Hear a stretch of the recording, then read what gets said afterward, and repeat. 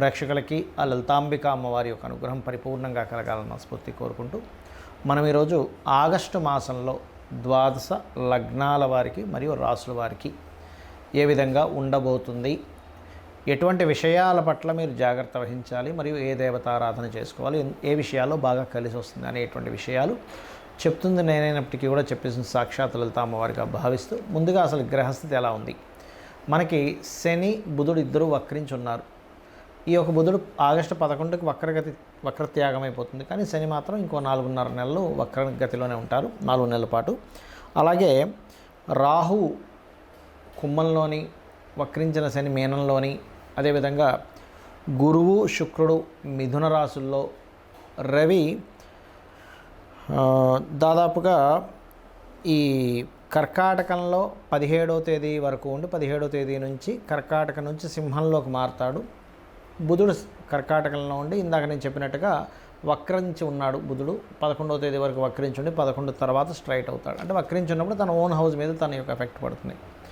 కన్యా మనకి సింహంలో కేతు ఉన్నాడు. ఇక ఈ చంద్రుడు కనుక చూసుకుంటే 1వ తేదీ నుంచి కనుక చూసుకుంటే తులారాశి నుంచి మరలా ఒక 12 రాశులు తిరుగుతాడు ఈ నెల, తులారాశి నుంచి మొదలుపెట్టి. ధనుర్లగ్నము ధనస్సు రాశి. మీకు గనక చూసుకున్నట్లయితే లగ్నాధిపతి లేదా రాస్యాధిపతి సప్తమ స్థానంలో వివాహ కారకుడితో ఉన్నాడు. సప్తమ స్థానంలో శుక్రుడు గురువు ఉండడం అనేటువంటిది మీకు వివాహ నిర్ణయాలు, వివాహ సమయానికి అనుకూలించేటువంటి సమయం ఇది గోచారరీత్యా.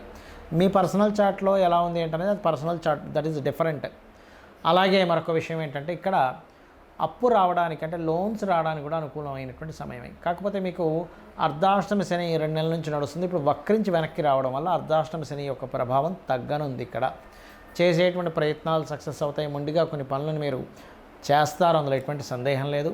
పట్టుదల ఎక్కువగా కూడా పెరుగుతుంది. 3లో రాహు ఉండి శని వక్రించి వచ్చినందుకు. అలాగే మరొక విషయం ఏంటంటే ఇక్కడ గమనించుకున్నట్లయితే కాస్త క్రియేటివ్ ఫీల్డ్లో ఉండేటువంటి వారికి కొత్త ఉద్యోగ అవకాశాలు వస్తాయి. కాకపోతే దశమ స్థానంలో కుజుడున్నందుకు వేరే వారు చేయవలసిన పని కూడా మీ మీద ఆ యొక్క ఒత్తిడి అనేటువంటిది పడుతుంది. పార్ట్నర్స్తో అనుకూలత, జీవిత భాగస్వామికి అనుకున్న పనులు అవ్వడము, అదేవిధంగా వివాహ సంబంధించిన ప్రయత్నాలు సక్సెస్ అవ్వడం అనేటువంటిది బలంగా చూపిస్తుంది. కాకపోతే మీరు 10, 11 తేదీలు ఏదైనా ఒక ఇన్ఫర్మేషన్ వేరే వారికి చెప్పేటప్పుడు కానీ, ఏదైనా అగ్రిమెంట్ చేసుకునేటువంటి అంశంలో కానీ కొన్ని గాసిప్స్, ఒక్కోసారి మనం గాసిప్స్ని నమ్మి కొన్ని నిర్ణయాలు తీసుకుంటూ ఉంటాం. గాసిప్స్ విషయంలోని, అన్నదమ్ముల విషయంలోని షార్ట్ జర్నీస్ చేసేటప్పుడు కొంత 10, 11 తేదీలు జాగ్రత్తగా ఉండండి. అదేవిధంగా మీరు చేయవలసినటువంటి దేవతారాధన లక్ష్మీ నృసింహస్వామి యొక్క ఆరాధన చేయండి. కేతువు 9వ స్థానంలో ఉన్నందుకు కొన్ని పుణ్యక్షేత్ర దర్శనాలు, రకరకాల ప్రదేశాలకు వెళ్ళడము, ఇటువంటివన్నీ కూడా అనుకూలిస్తున్నాయి. ఇక మరొక విషయం ఏంటంటే ఇక్కడ సంతాన సంబంధించినటువంటి విషయాల్లో కనుక చూసుకున్నట్లయితే సంతానానికి ఎప్పటి నుంచో మీరు విదేశాలకు పంపించాలి, లేకపోతే ఇంటి నుంచి వేరే ప్రాంతానికి లేదా హాస్టల్లో వేయాలి అని అనుకునేటువంటివి కొంతవరకు మీకు యోగిస్తాయి. అదేవిధంగా సంతానానికి ఎప్పటి నుంచో ఉద్యోగ ప్రయత్నాలు అవ్వట్లేదు అనుకునేటువంటి వారు కొంత ఈ కందులు, పెసలు ఇవ్వండి. కాకపోతే మీ ఉద్యోగ సంబంధించినటువంటి విషయాల్లో కూడా కొంత స్ట్రెస్ అనేటువంటిది ఉంటూ ఉంటుంది. ఎందుకంటే 9, 10 స్థానాల్లో కుజుడు కేతు ఉన్నారు. ఇక మీరు నిత్యము చేయవలసిన దేవతారాధన లక్ష్మీ నరసింహస్వామి యొక్క కరావలంబ స్తోత్రము, కందులు దానంగా ఇవ్వడము, అదేవిధంగా నువ్వులు, మినుములు దానంగా ఇవ్వడము. కాస్త ఎక్కువ గాసిప్స్ పెరుగుతున్నాయండి, మనం ఏం మాట్లాడినా సరే అవతల వాళ్ళు వ్యతిరేకిస్తున్నారు అనుకునేటువంటి వారు లలితా సహస్రనామాలలో ఒక చక్కటి నామం ఉంది. ఓం కర్పూర వీటి కామోద సమాకర్ష దిగంతరాయై నమః. ఈ నామం చేయండి, ఖచ్చితంగా మీకు బాగుంటుంది. జాతక చక్రాన్ని చాలామంది కేవలం గోచార ఫలితాలు మాత్రమే రూల్ చేస్తాయి అనుకుంటారు. గోచార ఫలితాలు కొంతవరకు రూల్ చేస్తాయి.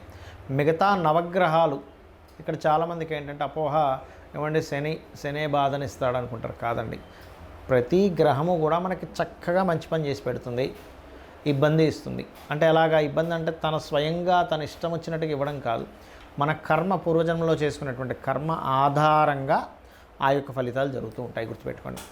అయితే ఇక్కడ మీరు గమనించినట్లయితే ఈ యొక్క గ్రహాలు ఏవైతే ఉన్నాయో ప్రధానంగా మన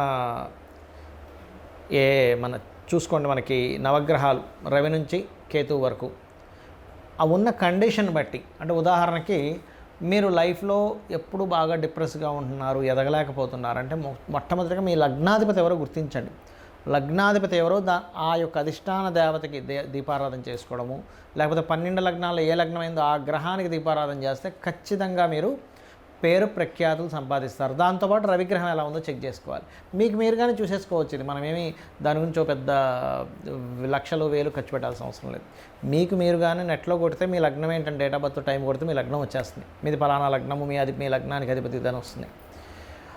అంటే ఇప్పుడు మీకు తెలియదు అనుకోండి, ఉదాహరణకి మేషము అనుకోండి, మేషానికి వృశ్చికానికి కుజుడు కుజగ్రహం దగ్గర, వృషభానికి తులాకి శుక్రుడు, బుధుడు మిథునానికి కన్యకి బుధుడు, కర్కాటకానికి చంద్రుడు, సింహానికి రవి, ధనుర్మీన లగ్నాలకి గురువు, రాసైన లగ్నమైన గురువు అవుతాడు. మకరము మరియు కుంభానికి శని. దీంతోపాటు లగ్నంలో ఒకవేళ రాహు కానీ కేతు కానీ ఉంటే వాటికి కూడా చేసుకోవచ్చు. లగ్నంలో ఏదైనా గ్రహం ఉంటే ఆ గ్రహ ఆరాధన, ఆ గ్రహానికి దీపం పెట్టుకుంటే కూడా మీరు లైఫ్లో ఎదుగుతారు. అదేవిధంగా మీ ధనాధిపతి ఎవరు, ఎంతసేపు ఎల్నాడు శని వచ్చిందండి, కాల్సప యోగం ఉందండి అందుకే నేను ధనం సంపాదించట్లేదు కాదు. మీకు లక్ష్మీ యోగాలు, ధనయోగాలు ఎంత ఉన్నాయి, ఏ మార్గంలో వెళ్తే మీరు చక్కగా ధనాన్ని సంపాదించి మీ యొక్క జీవితాన్ని ఉద్ధరించుకోగలుగుతారు, పేరు ప్రఖ్యాతులు తెచ్చుకోగలుగుతారు అనేది మీ ధనాధిపతి, పంచమాధిపతి, భాగ్యాధిపతి, లాభాధిపతి, దశమాధిపతి వీటిని చూసుకోవాలి. అంటే వీటిల్లో మీకు ఎలా ఉంది అంటే వ్యాపారంలో బాగుందా లేకపోతే ఉద్యోగంలో బాగుందా అని చెక్ చేసుకోవాలి. అదేవిధంగా మీరు మీ యొక్క జన్మజాతకంలో ఒక్కొక్కసారి చూడండి, అన్నదమ్ములు సహకరించారు, లేకపోతే మీరు చేసే ఏ ప్రయత్నమైనా ఫెయిల్ అవుతూ ఉంటుంది. అప్పుడు 3వ అధిపతిని అసలు మీ జన్మజాతకంలో అసలు గృహయోగం ఉందా లేదో చెక్ చేసుకోవాలి. చాలామంది తెలియక గృహయోగం లేనటువంటి వారు బలవంతంగా ఏదో స్థలాన్ని తీసుకున్నప్పుడు వాళ్ళు డౌన్ఫాల్ అవుతూ ఉంటారు. అలా లేనప్పుడు మీ జీవిత భాగస్వామి లేదా మీ పిల్లల పేర్ల మీద కొనుక్కోవాలి. వెహికల్ కొనుక్కున్నా దాని ఎఫెక్ట్ చూపిస్తూ ఉంటుంది, గుర్తుపెట్టుకోండి. ఒక యోగం ఎప్పుడుంది, ఎప్పుడు తీసుకోవాలనేది ఒక ఎత్తు అయితే ఉంటే కనుక అందులో ఏ ఫేసింగ్ తీసుకోవాలి, ఫేసింగ్ ఈజ్ మోస్ట్ ఇంపార్టెంట్. ఇక్కడ 4 ఉండేటువంటి ఈస్ట్, వెస్ట్, నార్త్, సౌత్ 4 మంచివే, కానీ మీకు ఏది పనికి వస్తుంది ఈజ్ మోస్ట్ ఇంపార్టెంట్. అదేవిధంగా సంతాన అభివృద్ధికి ఏం చేయాలి, మీకు వివాహ సంబంధించిన సమయాలు ఎప్పుడు కరెక్ట్గా ఉన్నాయి, ఎప్పుడు సరైన సమయాలు కదా తెలుసుకొని వివాహం చేయాలి. ఊరికే పాయింట్లు కలిసాయి ముహూర్తాలు పెట్టేసుకుందాం ఇవి కాదండి, గుర్తుపెట్టుకోండి. అలాగే ఆకస్మిక సంఘటనలు మీ లైఫ్లో ఏమైనా ఉన్నాయా, మీ అష్టమాధిపతి చెప్తాడు. అష్టమాధిపతి ఎంత పాడైతే ఆకస్మిక సంఘటనలు ఎక్కువ జరుగుతుంటాయి వాళ్ళ లైఫ్లో. 9th లార్డ్ అంటే మీ యొక్క భాగ్యాధిపతిని బట్టి మీ తండ్రులు, గురువులు యొక్క సపోర్ట్, దైవానుగ్రహం 9వ స్థానంలో ఉంటుంది. వృత్తి 10వ స్థానం. ఎక్కడ వృత్తి చేయాలి, ఇక్కడ విదేశాల్లోనో వేరే రాష్ట్రంలోకి వెళ్తే సెట్ అవుతుంది అనేది మీ పర్సనల్ చార్ట్లో ఉంటుంది. అలాగే వ్యాపారం చేయాలా వద్దా, వ్యాపారాలు లాభాలు వస్తాయా లేవా, అసలు వ్యాపార యోగం ఉందా లేదా, మీ బుధుడు మీ లాభాధిపతి బట్టి. మీ ఇన్వెస్ట్మెంట్స్ ఏమిటి, మీరు విదేశాలకు వెళ్తారా వెళ్ళరా, తండ్రి యొక్క ఆస్తికి సంబంధించిన విషయాలన్నీ 12వ స్థానంలో ఉంటాయి.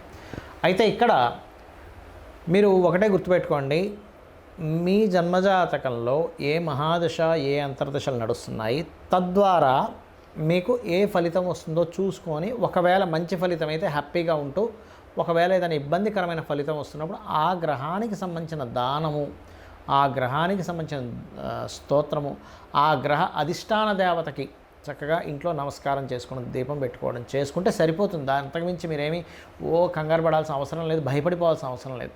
కాకపోతే మరీ తీవ్రంగా ఉంటాయి కొంతమందికి, వారి దగ్గర ధనం ఉంటుంది. అలాంటి వారు ఏ హోమమో ఇంట్లో చక్కగా సత్యనారాయణ వ్రతమో, చండీ హోమమో, లేకపోతే గణపతి తర్పణమో, మీకు సుదర్శన హోమం, మీ ఇష్టదేవత 4 డబ్బులు ఉన్నాయని నేను చేయించుకోగలను. కానీ ధనం లేకుండా ఏదో అమ్మో డబ్బులు పెడితేనే కానీ భగవంతుడు కనికరించడు, గ్రహం కనికరించదు అనుకోని మాత్రం ఎప్పుడూ అనుకోకండి దయచేసి.